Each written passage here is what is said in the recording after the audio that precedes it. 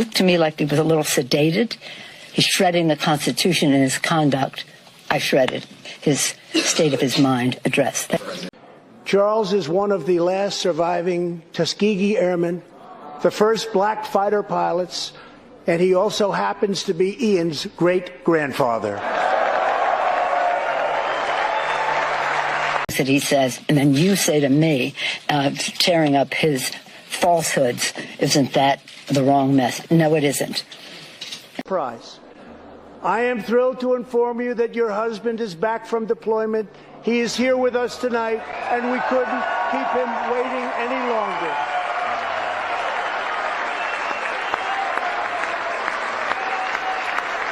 I'm always dignified. I thought that was a very dignified act compared to my exuberance.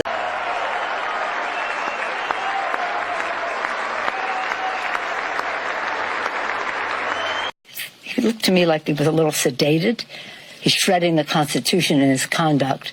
I shredded his state of his mind address. President, but to invite him back for a State of the Union, given what you're describing as... Well, next year we will have a new president of the United States. That is an absolute imperative for our country, for our Constitution, for the land that we love from sea to shining sea, which he degrades almost every day, but several times a week, for who we are as a people, a nation of immigrants, unless you're blessed to be born a Native American, a nation of whom he denigrates, and for our values, which he just is disloyal to the Constitution, degrades the environment, denigrates who we are as a people, and undervalues who we are as a great country that is a good country where people care about each other and where there's a sense of community. It's appalling, the things that he says, and then you say to me, tearing up his falsehoods, isn't that the wrong message? No, it isn't. It's just I have tried to be gracious with him. I'm always dignified. I thought that was a very dignified act compared to my exuberance, as I said. But we will not allow any president to use that Capitol, that chamber of the House of Representatives, of the People's House, as a backdrop for him. Now, all presidents have guests, constant guests. That was not a State of the Union. That was his state of mind.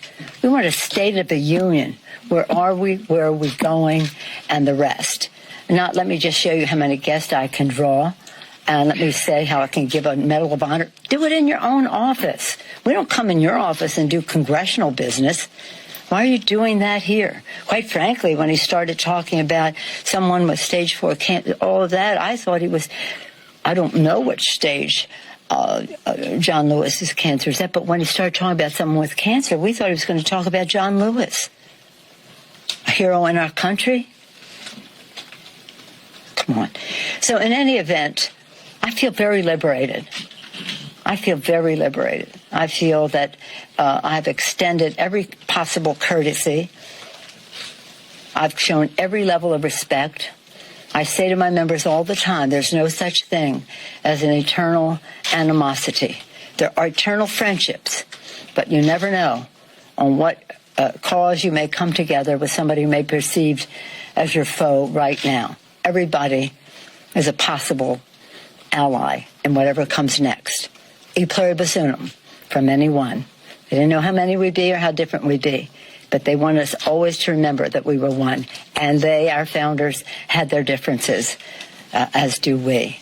So, again, I extended a hand of friendship to him, to welcome him as the President of the United States, to the People's House. It was also an act of kindness because he looked to me like he was a little sedated. He looked that way last year, too. But he didn't want to shake hands.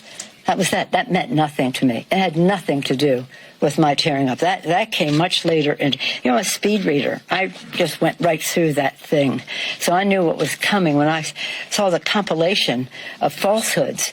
But then when I heard like the first quarter or third, then I started to think there has to be something that clearly indicates to the American people that this is not the truth.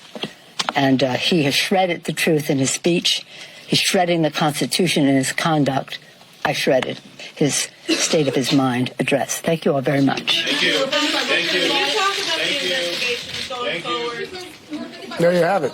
Speaker of the House.